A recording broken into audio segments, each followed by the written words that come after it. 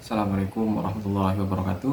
Jumpa lagi dengan saya Rafiq Fahmi di channel kesayangan kita semua, yaitu Rafiq Fahmi.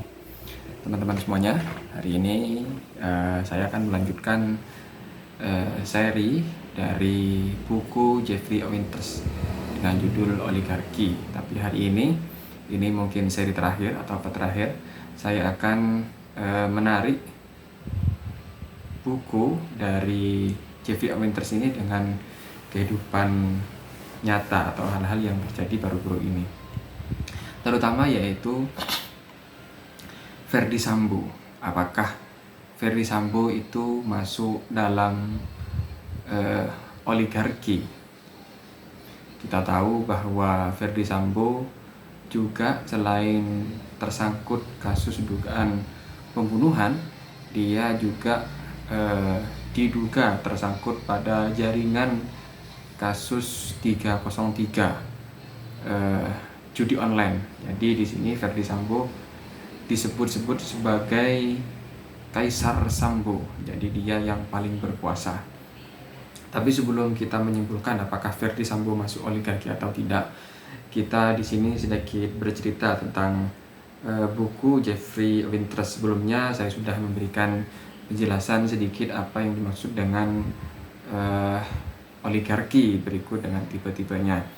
Tapi di sini sekarang ini kita akan menjelaskan contoh-contohnya, sebab di buku Jeffrey Winters ini setelahnya itu banyak sekali contoh tentang oligarki. Bahkan di sana Jeffrey Winters menceritakan bagaimana oligarki di Amerika, terus kemudian di Italia. Bahkan di Amerika ada yang namanya pegunungan Appalachia kalau tidak salah. Nah, di sana ada dua kelompok keluarga yang berkuasa atau yang memiliki kekayaan ekstrim yang saling bersinggungan, dan rata-rata mereka adalah kelompok mafia. Bahkan ada mafia terkenal di Amerika namanya Mazzarino kalau tidak salah. Koreksi kalau apa yang saya sampaikan atau namanya ini keliru. Mazzarino ini termasuk mafia yang berkuasa, terus kemudian berpengaruh, bahkan sempat bertegang dengan kelompok mafia yang ada di Italia. Jadi mafia-mafia ini juga dikategorikan oleh Jeffrey Winters ada kelompok oligarki yang mereka mempertahankan kekayaannya, juga menghimpun kekayaan dari cara-cara yang kotor, baik itu menjual narkotika, terus kemudian hasil kejahatan. Kita tahu di Argentina, ada salah satu mafia narkoba. Kalau teman-teman semua baca atau pernah melihat filmnya, itu pernah difilmkan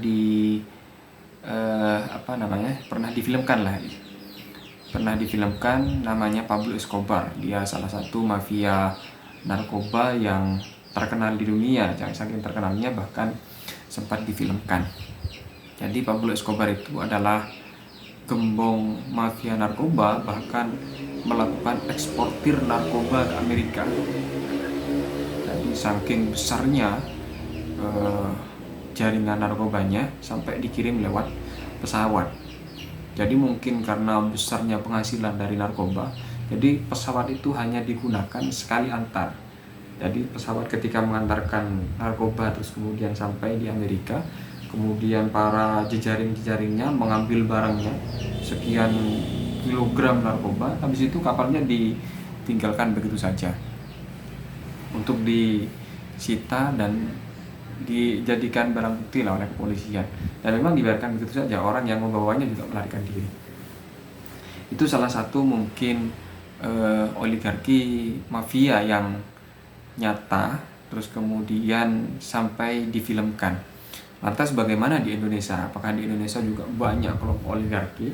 Oligarki sebagaimana kita simpulkan di seri pertama, yaitu kelompok minoritas yang berusaha untuk menumpuk kekayaannya atau mempertahankan kekayaannya. Di Indonesia sebelum kemerdekaan atau masih belum ada Indonesia, tapi berbentuk Nusantara, belum bentuk negara, masih kerajaan-kerajaan kecil, itu juga disebut kelompok oligarki. Jadi raja-raja itu kelompok oligarki karena mereka adalah orang yang selain memiliki status tinggi, terus kemudian juga harta kekayaan eh, ter tersentral pada seorang raja dan keluarganya. Selain raja-raja, terus kemudian setelah Indonesia terbentuk, bahkan disebutkan secara gamblang oleh Jeffrey A. Winters bahwa Indonesia memiliki oligarki yang paling berkuasa atau disebut oligarki sultanistik, yaitu Soeharto.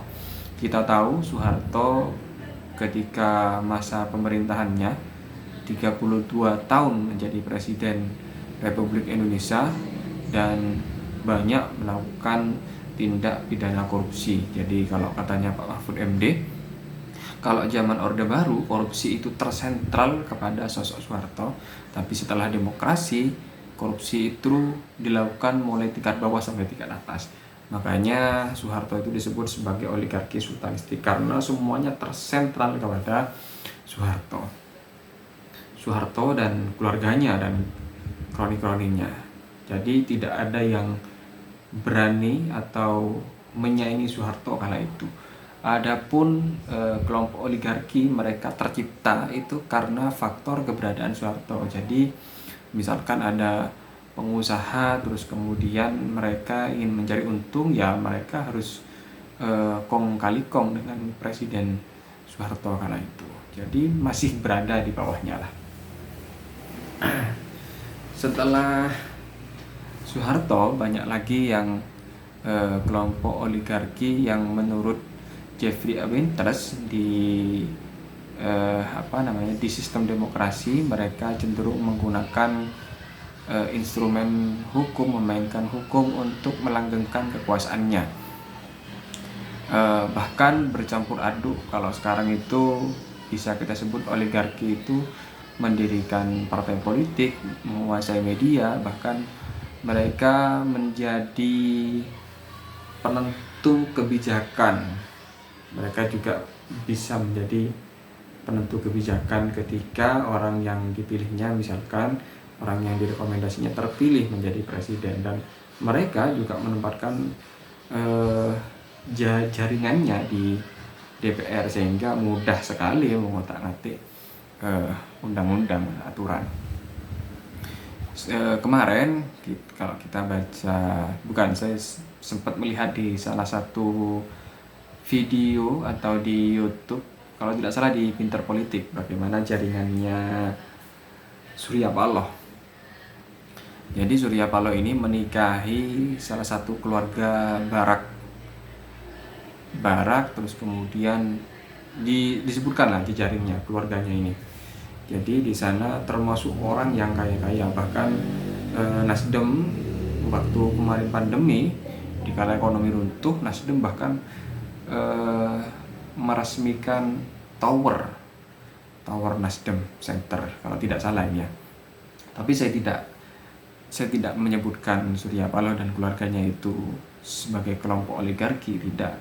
Tapi mungkin itu bisa dijadikan contoh bagaimana kelompok oligarki yang sifatnya kolektif, mungkin polanya bisa digunakan atau mencontoh sebagaimana Pak Surya Paloh dan keluarganya.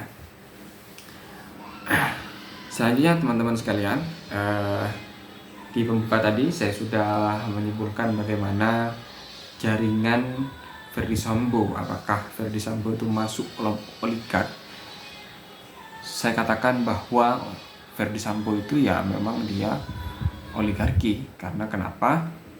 Kalau dia memang terbukti masuk di jaringan 303 sebagaimana dokumen yang beredar di media sosial, di WhatsApp dan lain sebagainya, bahwa Sambo bahkan per bulannya menerima harta rampasan atau harta pengamanan dari bandar-bandar judi hingga ratusan miliar.